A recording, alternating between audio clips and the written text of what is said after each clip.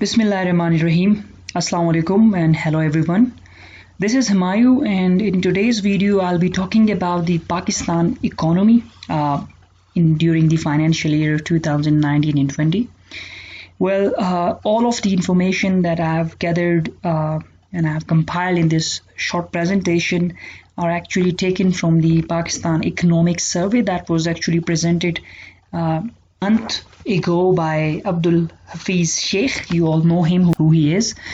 So before wasting any more time, let's move forward toward the presentation. Okay, first of all, let's discuss the total size of the economy. What actually is the total size of our economy is. So if we look at the total size of the economy, it is actually 278.22 billion US dollars. Let me make it clear to you all guys that previously we had a larger number. We had crossed $300 billion, but this time we received some $278.22 billion as our entire GDP. Okay, it represents a meager 0.23% of the entire world economy. If we look at the population, our population is fifth largest of the world, but our GDP is representing only 0.23% of the entire world economy. It's actually a scary thing. It's a bit, alarming. Okay, what we had previously, like in the entire history of Pakistan, the highest amount of GDP that we recorded was 14.7 billion US dollars, and the lowest was 3.71 billion US dollars. I don't know when it was, but the lowest was 3.71 billion US dollars and the highest was 314.7 billion US dollars. Okay, if we talk about the per capita income, the per capita income remained 1357 US dollars during this financial year of 2019 and 20. Okay, let's come to some of the important indicators that we observed throughout the year, the growth indicators we call it. And so the first of all, GDP growth rate was a negative 0.38. Again, a scary thing for our economy. Our economy is already in a dismal situation, so that's scary. GDP growth rate 0.38 and negative 0.38. Agriculture sector recorded a positive 2.98. Again, it's a good sign because in those COVID days we experienced a positive growth in the agriculture sector. That's a good thing, 2.98%. Industrial sector, once again alarming, a negative 2.64% growth rate. Large scale manufacturing, again, that was huge, minus 7.78%, because the businesses were shut down, and we can easily assess that during those COVID days most of the businesses were shut down, so it's quite justifiable that the growth rate was in a negative 7.78% for large scale manufacturing. Okay, services sector once again recorded a 0.59% growth rate, a negative growth rate. That was alarming. Okay, if we talk about the livestock sector, it recorded a positive 2.58% growth rate. A good sign again. Fishing sector recorded 0.60%, not a big change, but still, if it is positive in those COVID days, then we can appreciate it. Then it's a happy sign. Forestry sector recorded 2.29%, a positive change. Well, the Prime Minister efforts are actually visible here. Mining and quarrying recorded a negative 8.82%. Huge decline in this sector. Crop sector once again recorded a positive 2.98%. Okay, let's discuss some of the important to GDP ratios. Most of you people encounter with these to GDP ratios like in newspapers, electronic media, in fact in movies as well, but many of these to GDP ratios will be coming in your future exams. So all of you need to learn them, all of you need to understand them, and all of you need to at least know about the numbers of the two GDP ratios. Okay, the very first two GDP ratio is actually the fiscal deficit to GDP ratio. In the last financial year, it was recorded as 9.1%. Okay, current account deficit to GDP ratio was recorded 1.1%. Well, if you go through the internet or search via other sources, you will find that previously it was somewhat 1.9%, but this time we can see some 75 to 78% decline in the current account deficit to GDP ratio. Okay, debt service to GDP ratio recorded as 8.1%. Debt servicing mean we are paying interest rates and other services charges on all the debts that we have taken from different sources. Okay, the investment to GDP ratio was recorded as 15.4% in the last financial year. Total tax revenue to GDP ratio was like 11.8%. We've got two sources, tax revenue and non-tax revenue. So the tax revenues to GDP ratio was recorded as 11.8%.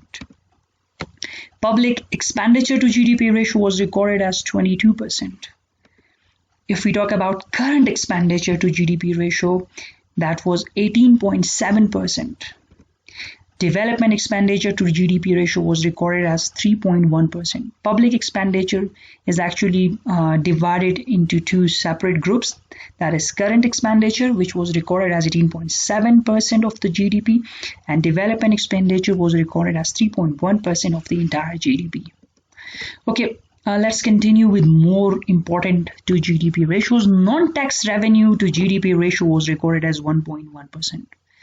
I would suggest that you all should go to the internet and like at least study that what is actually non-tax revenue and what is tax revenue, like the sources. That would be good for you people as well. Okay, total revenue to GDP ratio was recorded as 12.9%. This one is important. Maybe you people encounter with a MCQ or a question in your paper that what is actually the revenue to GDP ratio, then you have to pen down this total revenue to GDP ratio, which was recorded as 12.9% in the last financial year. Okay, defense expenditure to GDP ratio 3.0%. Indeed, we are spending much on our defense. So it was recorded as 3.0% of the entire GDP. Markup payments to GDP ratio 5.5%. It was recorded as 5.5%. You need to study markup payments to G as well. That what does markup payments mean?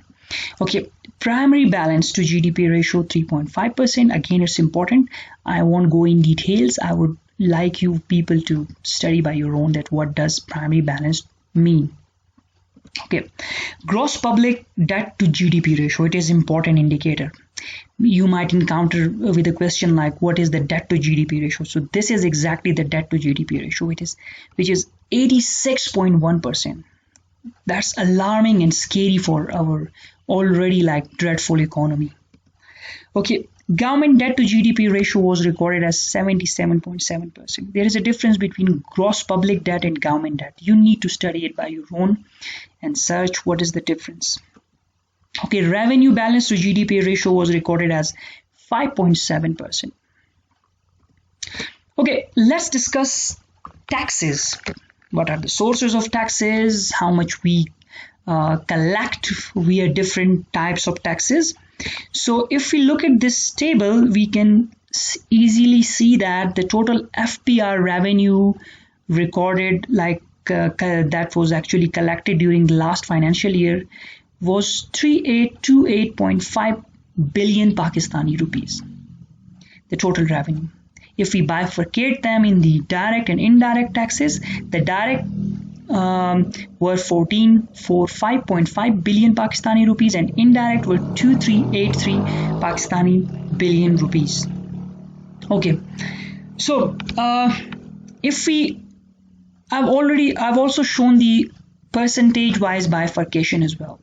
The direct taxes were responsible for 38% of the entire FBR revenue, while indirect taxes were 62.2% of the entire FBR revenue. Okay.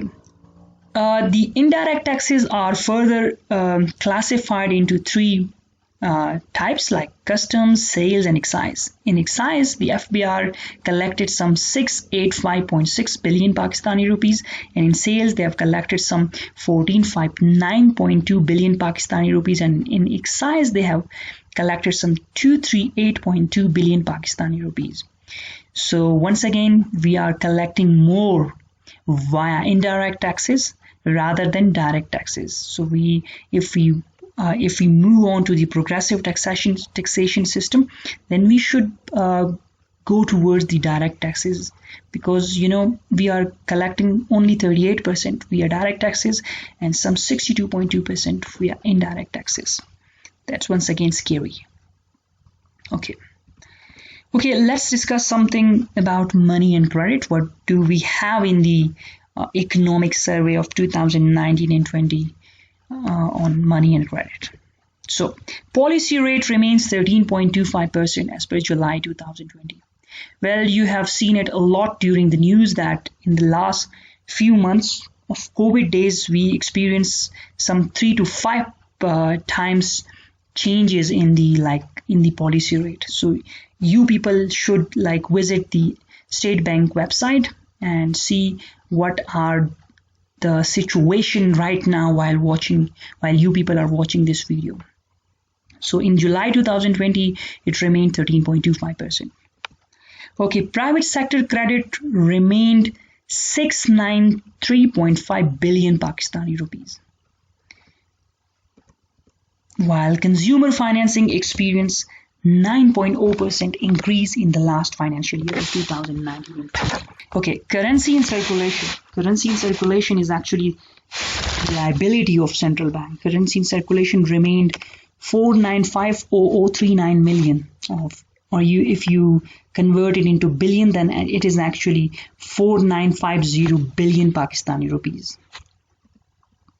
Okay, if we talk about public debt, total public debts are 32708 billion Pakistani rupees till date, and total private sector debts are 2481.3 billion Pakistani rupees. Indeed, not only government takes loans, but rather the private sector also raise funds through different sources.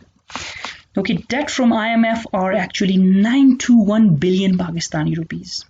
That's scary once again. Okay, total debt of the government is actually 29520 billion Pakistani rupees.